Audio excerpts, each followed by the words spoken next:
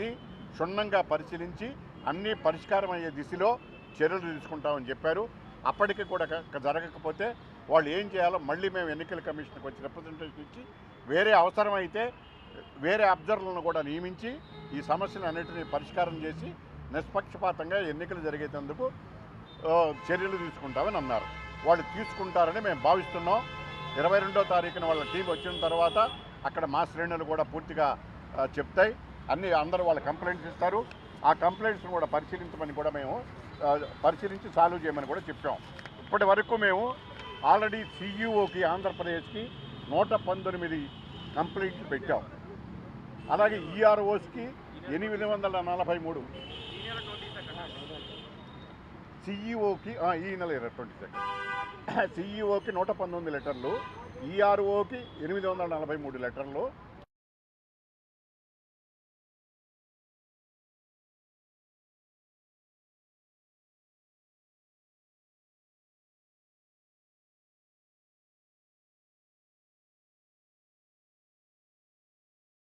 $27,507 కేసులు ప్రాసెస్ చేయలే.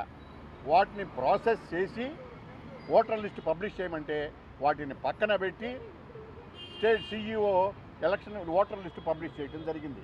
అది కూడా ఎలక్షన్ కమిషన్ దృష్టికి తీసుకువెళ్ళాం. అది వాళ్ళ పరిధిలో వాటన్నిటిని కూడా పరిశీలించి తప్పనిసరిగా చర్య తీసుకుంటా ఉన్నారు. సానుకూలంగా స్పందించారు. సానుకూలమైన స్పందనతో పాటు రేపు పొద్దున 22న విచారణకు అక్కడికి వస్తున్నారు కాబట్టి యాక్షన్ కూడా ఉంటుందని భావిస్తున్నాం. Thank you.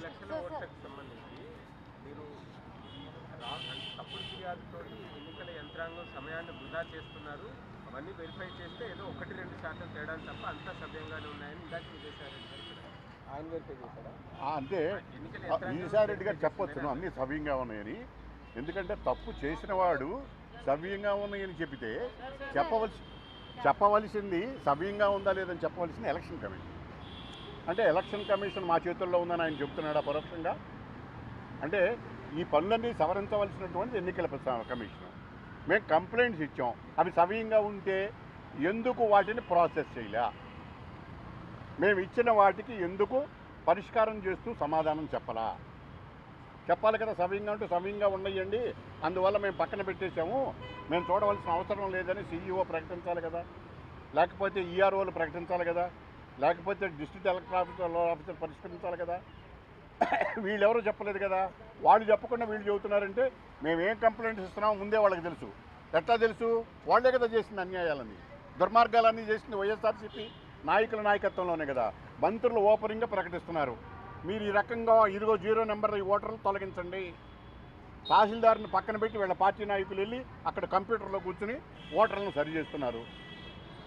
ఈ day in and day out రోజు పేపర్లో చూస్తున్నాం, కంప్లైంట్లు చూస్తున్నాం, ఫోటోలతో సహా ఎవిడెన్స్లతో సహా చూస్తున్నాం. అన్నీ సవ్యంగా ఉన్నాయని వాళ్ళే చెబుతున్నారంటే ఏముంటుంది? దొంగ వచ్చి విచారణ చేసి ఇక్కడ దొంగతనం జరగలేదని చెప్పినట్టు. అలాంటి దొంగలు వైఎస్ఆర్సీపీ వాళ్ళు. భవిష్యత్ గ్యారంటీ పేరుతో మీరు డేటా సేకరించి వాటన్నిటిని ఆ డేటా మొత్తం ద్వారా మీరే ఓటర్లు గ్రాప్ చేయబోతున్నారని చెప్పేసి అంటే ఎన్నికలు ఎన్యూమరేషన్ కార్యక్రమం తెలుగుదేశం పార్టీ వారు చేస్తున్నారా? ఎన్యూమరేషన్ కార్యక్రమం చేపట్టేటటువంటి అధికారం ఎవరికి ఉన్నది? అధికార యంత్రాంగం ఎవరి కంట్రోల్లో ఉంది? ఈ రెండు చూడాలి. అధికార యంత్రాంగం అంతా వాళ్ళ కంట్రోల్లో ఉంది. అధికార యంత్రాంగం రాష్ట్ర ప్రభుత్వ యంత్రాంగమే ఎన్నికల ప్రభుత్వ యంత్రాంగంగా జరుగుతున్నది. అంటే ప్రభుత్వంలో ఉద్యోగులు వాళ్ళ మాట వినకుండా మా మాట వింటున్నారా?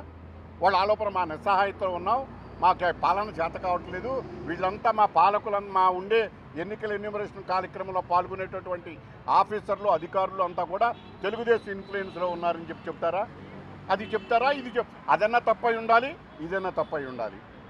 అందుకని ఏంటంటే మేము రేజ్ చేసిన అబ్జెక్షన్లకు సమాధానం చెప్పవలసింది వైఎస్ఆర్సీపీ పార్టీ కాదు, ఎన్నికల కమిషన్ చెప్పాలి.